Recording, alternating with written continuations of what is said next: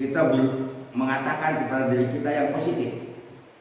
Alhamdulillah bisa ngaji, alhamdulillah resep dahar di babaturan, alhamdulillah resep lembut kompak di babaturan, ya nah. Bersyukur pak kita, bersyukur di hati. Nah selama 1 bulan akan kelihatan nanti di saat bulan Syawal itu kelihatan Idul Fitri itu sekaligus fitrahnya itu termasuk fitrah badan kita kan jadi fitrah.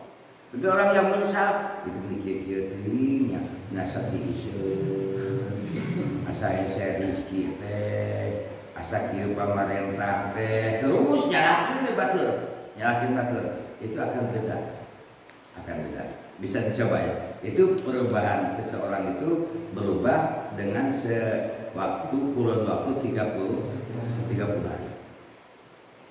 Berarti kita harus selamanya husnul. Nah ini disebut dengan nafsu lawamah.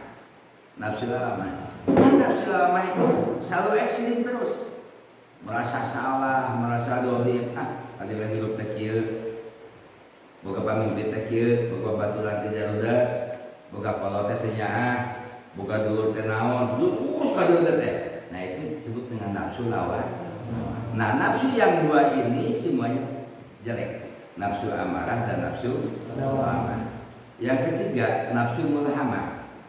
Nah nafsu mulhamah itu adalah nafsu yang memberikan ilham untuk berbuat baik. Apabila dia dosa, itu ada keinginan untuk bertaubat. Ilham ya mengajak dirinya jadi baik, itu ada ilham. Kalau ilham itu bukan ke jalan yang buruk ya, tapi jalan yang positif, itu ilham. Ayam taubat, masa hidup goreng baik, nama hayang digawe kahadian, itu ilham. Namanya nafsu mulhamah yang mengilhami pikiran kita. Itu nafsu yang cukup baik ya, mengilhami dia mau bertaubat, dia menjadi giat belajar, dia menjadi giat zikir, dekat kepada Allah dan seterusnya, berbuat baik semakin mantap. Itu nafsu mulhamah. Nah nafsu yang keempat nafsu mutmainnah jelas dari mulhamah tadi akan mutmainnah, akan tenang, hatinya tenang, mutmainnah. Ini bahkan diseru oleh Allah Subhanahu wa taala, ya ayat Tuhan nafsul mutmainnah. Orang yang tenang hatinya. Tenang. Situasi apapun dia dihadapi dengan hati yang tenang. Termasuk ayat-ayat virus corona, hatinya tenang ya, mutmainnah.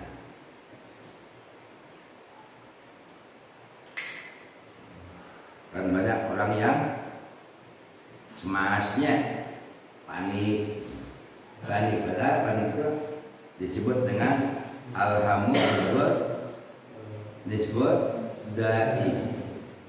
Alhamu disebut dai wa atmainu disebut dawai. Panik adalah setengah dari penyakit. Panik itu setengahnya dari penyakit. Jadi setengahnya dari penyakit itu adalah panik. Orang panik, siun terus itu panik. Wa matmainu disebut dawai. Nah ketenangan hati adalah setengahnya dari obat. Jadi seorang akan disembuhkan setengahnya dari obat itu adalah tenang. Hatinya tenang, kalem, tidak ada sesuatu yang berat. Bukan pikiran naon, tenang we kalem. Jong-jong ibadah hirup tenang, teu geumpeur teu naon. Nah, tumaninah namanya. Itu adalah obat dari setengahnya dari obat. Nah, jadi istilahnya alhamun disebut dai wa matmainu disebut dawai, bahwa panik adalah setengahnya dari penyakit, sedangkan tenang adalah setengahnya dari obat. Ya nafsu mutmainnah, nafsu radiyah itu selalu bahagia dengan radiyah itu bahagia, selalu bahagia dari apa yang diterima. Dicarikan ku batur wae bunga, diomongkan ku batur wae bunga, dihina ku batur wae bunga. Komai di balai mah, komai di balai, di turungan, di bageran mah. Dia bahagia terus, rodia gitu. Selalu itu, selalu bunga. Ridho itu bunganya, ridho itu berarti bunga, bunga dari mana? Itu nafsu rodia, itu cukup berat akhirnya. Jika rodia, jika kita mengerti, kaceting jarangan anak jadi rudi, jadi rodia.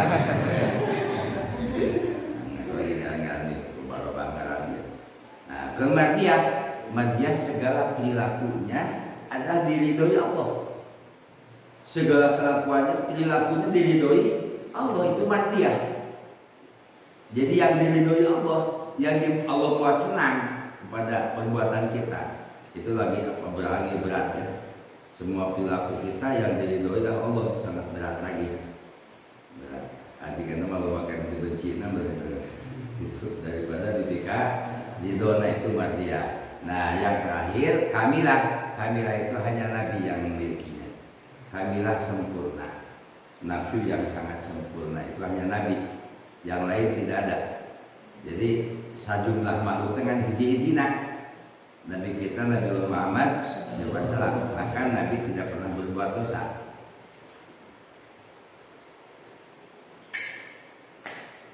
Betul-betul sempurna bagi Nabi, maka nafsunya nafsu kamilah, nafsu anu sempurna. Lawan amarah yang mengajak ketaatan, yang membawa dirinya jadi lemah dan merasa kalah pesimis. Muhammad Dan dapat menguasai dan petunjuk mainlah hatinya tenang sebelum dapat rodia bahagia ceria. madiyah Selalu menjadi diri oleh Allah. kamilah Sempurna hanya Rasulullah SAW. kita hindari nomor 1 dan nomor 2. Kita jangan berharap nomor 7. Itu hanya seorang dari Nabi, jangan berharap yang nomor 7. Tapi bagian kita yang nomor 3 sampai nomor 6 ya. 3 sampai 6 dari mulai mulhamah, mutmainah, radiyah, madiyah. Itu nafsu. Jadi nafsu yang paling, musuh yang paling berat adalah nafsu.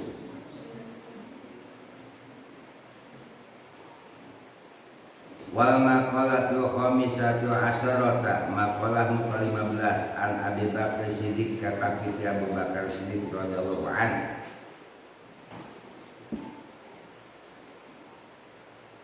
Bi qaulihi ta'ala, tinadauhan Allah ta'ala, doharal fasadu fil bari wal bahri, terjadina karuksakan di daratan jeung di lautan. Logika aja. Itu karena ulah manusia kan. Qala ngadawukeun ayat tersama Abu Bakar fi tafsiri dina tafsiran eta ayat dalika eta ayat dohara fasadu fil bari wal bahri, al bari daratan, al bahri lautan. Al bari nu kasebutkeun daratan kuwa nyaeta alisan lisan. Wal bahru jeung aya kalimat bahri lautan huwa al qalbu nyaeta hate. Faida pasadal lisan, maka di mana rusak lisanna bisa babin karena hiji sabab, masalan contohna bakat alaihi nufus, bakat maka ciri alaihi tirata jama naon anufus pirang-pirang awak-awakan. Ayat tegas nama ashkhasu pirang-pirang awak-awakan min bani Adam di bani Adam. Wa ila pasadil qalbi jeung di mana rusak hatena biria kusabab biria masalan contohna bakat maka ciri alaihi tirata jama kereta kueta perkara salam malaikatu pirang-pirang malaikat.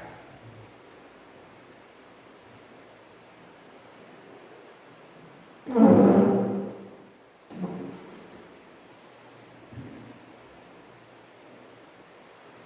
disaurkeun al hikmah wal hikmah nabi analisana karena sana lisan wajidun serasai di jamak tandihun merek peringatan dil abdi pikir hiji hamba tianahu karena sanya naeta lisan teh layang bagi seyogya ayat takalama kana yang diucapkeun ila kecuali bima yuhimu tina naon anu diharapkeunana wa fi khairin jeung dina kahadian wakila jeung disaurkeun di analisana kana sana lisan teh dakirun anu zikir dikuli lugatin kawan pirang-pirang lugat karena kabuktasan dia mendikruhu dikirna ilmu dzakir ilmu madkur karena anu disebutkan tadi ala wajibin sayyidi bahwa Allah Ta'ala nyata Allah Ta'ala wa kadalika nya kitu kena al qalbu hate yukhalifu ngabedakeun nahwal aini saperti saumpamana panon wal udun jeung panjang ceuli painahu maka sinata hate teh ya ta'addadu bil bilangan kila disaurkeun di anal hajata kana sanaya butuh ila sati kana muping wal basari jeung kana paningal aksaru eta leuwih loba minal hajati tinimbang butuh ila kalami kana caritaan wa inama disanyana sabbaha qalbi aya nyarupan kana hate bil bahri kana lautan li syiddati amkihi kena banget tina jerokna watasaihi jeung banget luasna. Jadi nafsirkeun pasad doharul fasad fil bari wal bari biayadinas bahwa jelas nampakna kerusakan di muka bumi daratan dan lautan itu karena ulah manusia. Nah diartikan al-bari daratan adalah lisan, al-bahri lautan adalah hati. Jadi yang akan bisa merusak itu adalah lisan dan hati. Apabila lisan yang rusak itu akan bisa membuat sakitnya seseorang, nangisnya seseorang. Tapi apabila hati yang rusak, yang akan nangis adalah malaikat. Yang akan nangis malaikat, yang akan sedih malaikat ketika seseorang memiliki hatinya yang rusak.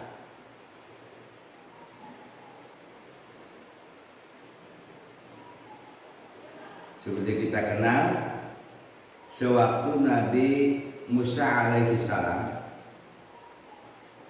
menghukumi kaum Bani Israel yang menyalahi aturan, disuruh untuk menyembelih sapi.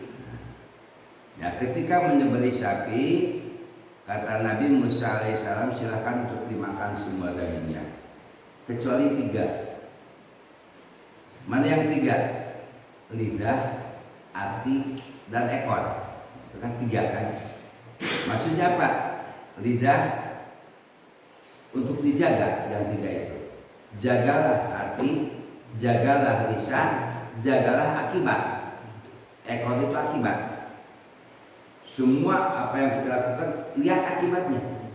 Kalau aku melakukan ini, akibatnya bagaimana nanti? Jadi selalu melihat akibat. Itu ekor namanya. Jadi buntut nak. Lamun urang digaweke buntut nak kumaha. Lamun urang digaweke itu buntut nak kumaha. Itu kudu dipikirkan, kudu dipiara. Jadi nu kudu dipiara teh hiji lisan, 2 hati, yang ketiga akibat dari perbuatan, diperhitungkan akibat.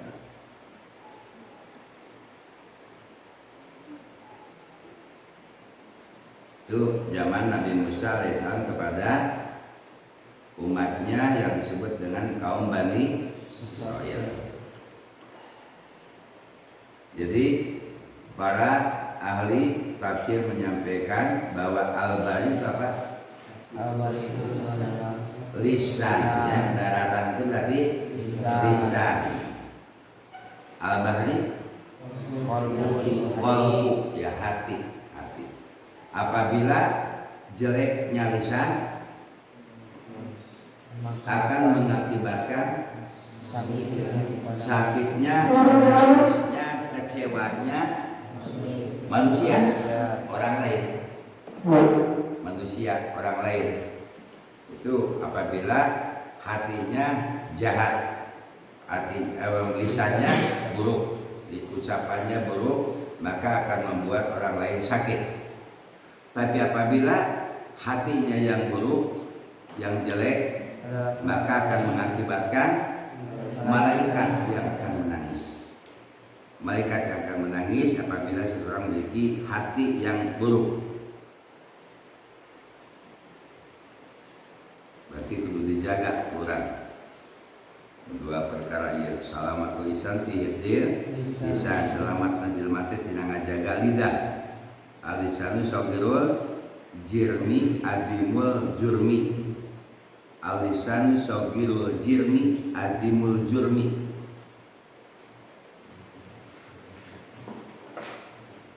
Alisanu sogirul jirmi adimul jurmi. Letah teh leutik jirimna tapi gede akibatna.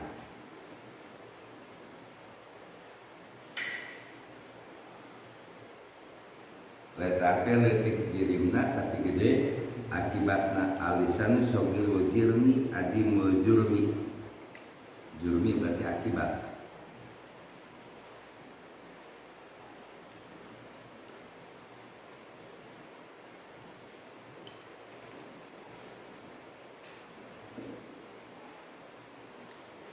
Yang paling merusak hati adalah riya. Yang paling merusak hati adalah riya. Riya. Orang yang muroi, orang yang riya itu paling merusak hati. Yang kapuji. Termasuk riya itu orang malu memberi kebaikan yang sedikit, itu termasuk riya apabila tidak dilakukan. Nek mere opat hiji tapi manya mada opat. Lebih kan terus itu riya. Termasuk riya.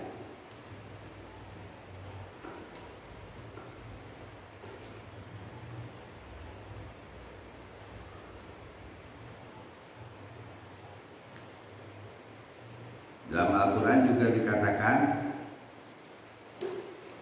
alladzina hum yura'una wa yamna'una ma'un. Yura'una berarti mura'i, ingin dilihat oleh orang lain, riya namanya. Wa yamna'una ma'un, dan orang yang menghalang-halangi untuk bermanfaat, berbuat yang baik, menghalangi kebaikan, itu termasuk yamna'una ma'un. Orang yang melarang orang berbuat baik, orang yang berbuat baik dihalang-halangi, itu namanya yamna'una ma'un, maka neraka wel baginya.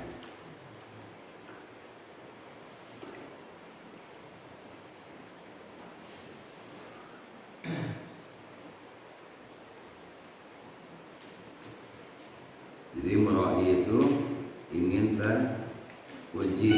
Di antara mura'i orang tastahi bi itayil qalil, sehingga disebut dalam hadis la tastahi bi itayil qalil fa inna lam tu'ta aqallu minhu. Jangan malu Anda memberi yang sedikit, karena tidak memberi lebih sedikit dari itu, gitu. Jangan malu memberi sesuatu yang sedikit nilainya, yang kecil nilainya. Dalam itu aqallu minhu, karena tidak memberi lebih sedikit dari itu, gitu. Lebih sedikit dari yang sedikit, gitu. Kalau tidak memberi, jadi tong era-era itu termasuk era G karena kaitan riya.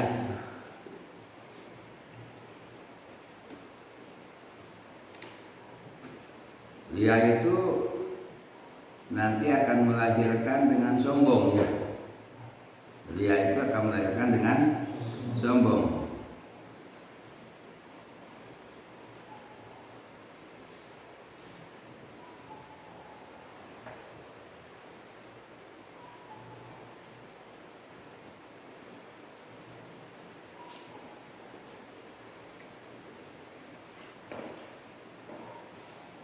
Wal maqalatu sadisatu asarota maqalah nu ka-16 ila disaurkeun. Inna syahwata tasirul muluka abidan wa sabru yasirul abidan mulukan. Asyahwatu ari syahwat. Inna syahwata sunari syahwat nafsu syahwat tasirul muluka abidan sok ngajadikeun pamimpin ka hiji hamba.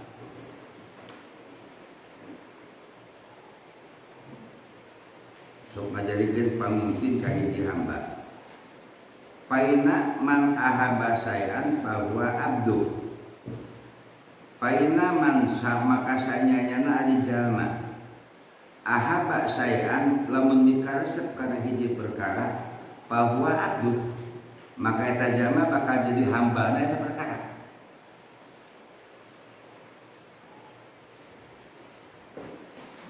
Teruskeun. Wa sabru ari sabar. Yasirul abida bakal ngajadikeun kana hamba mulukan jadi pamimpin, jadi raja, jadi pamimpin anu ngapimilih. Li anal abda karena sana hiji hamba yasbir bisa belihi kalawan sabarna yanalu mayuridu yanalu pakal hasil mayuridu naon diharapkeunana. Ala cing ingat taro ningali ayat tegas nama ala yasilu ilmaka kana yen teu bisa nyambung ilmu anjeun ilaya kakaula kisah dunia hiji kisah Sayyidina Al-Karim Ibnul Karim kisahna Gusti Urah Sayana Al-Karim putrana Al-Karim tidak berani menyebut namanya. Yusuf yaitu Yusuf. As-Sadiqu Ibnu As-Sadiqu anu jujur. As-Sadiqu seorang yang jujur, Sadiq. Ibnu Yakub putrana Yakub. Yusuf adalah jamil yang jujur, putrana Nabi Yakub. As-Saburu anu sabar Ibnu Ishaq putrana Ishaq. Al-Halim anu kaitan timpuhna Ibnu Ibrahim putrana Ibrahim. Al-Khalil anu dikasih. Al-Awahu alaihi salam. Mudah-mudahan karanjeunna aya kasalamatan. Wa Julaiha jeung Siti Julaiha painaha maka setelah Siti Julaiha ahaba nikaresep Sayyidina Yusuf ka Gusti Sayyidina Yusuf nihayatan kalawan bebeakan resep pisan nihayat al-hubbi resep pisan di kapuncak resepna. Wa huwa jeung anjeunna yasbiru sabar ala makruhan karena perkara anu dipika ngewana wa diatuha jeung anu ngajarikeunana. Nah, di awal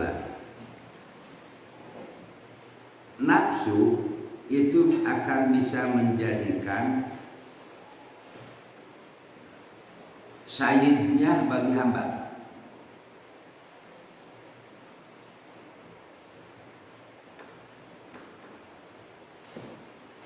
Kesina lamun hiji jalma geus ngantir kana nafsu, kana syahwat, dirina itu bagaikan hamba. Nafsu jadi penguasa. Jadi al-muluk, nafsu sebagai penguasa, kemudian badannya sebagai hamba. Badannya sebagai hamba. Karena seseorang mencintai sesuatu itu akan jadi hambanya. Resep karena dunia otomatis akan jadi hamba dunia. Resep karena akhirat dia jadi hamba akhirat. Resep karena olahraga akan jadi hamba olahraga. Resep karena seni bakal jadi hamba seni.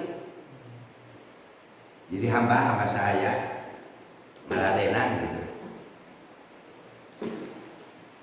segala perkara. Dia tidak mengenal Allah, kita jadi hambanya gitu. Nah, kalau orang cintanya cinta kepada Allah, akan jadi hamba Allah. Dia cinta kepada Allah, maka akan jadi hamba Allah. Orang cinta pada dunia, dia akan jadi hamba dunia. Nah, karena kecintaan as-syahwat itu akan jadi muluk, akan jadi muluk, penguasa. Yang lainnya, badan kita akan jadi hamba. Badan kita akan jadi hamba, nah syahwat akan jadi muluk. Maka hati-hati. Kita mencintai, hati-hati. Mencintai jangan sampai mencintai yang salah, perbuatan yang salah.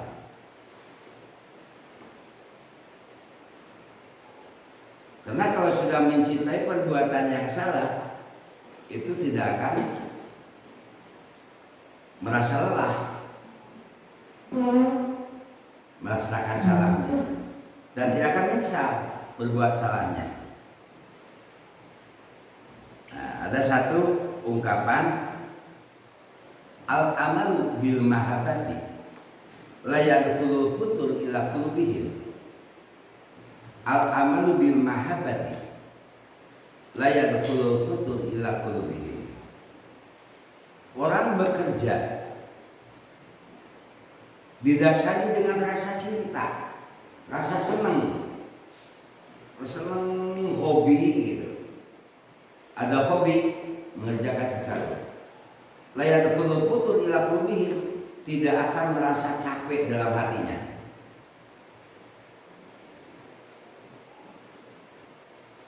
Leungit mereka capek. Lamun digawe hiji perkara dibarengan rasa resep. Kena ngatur resep.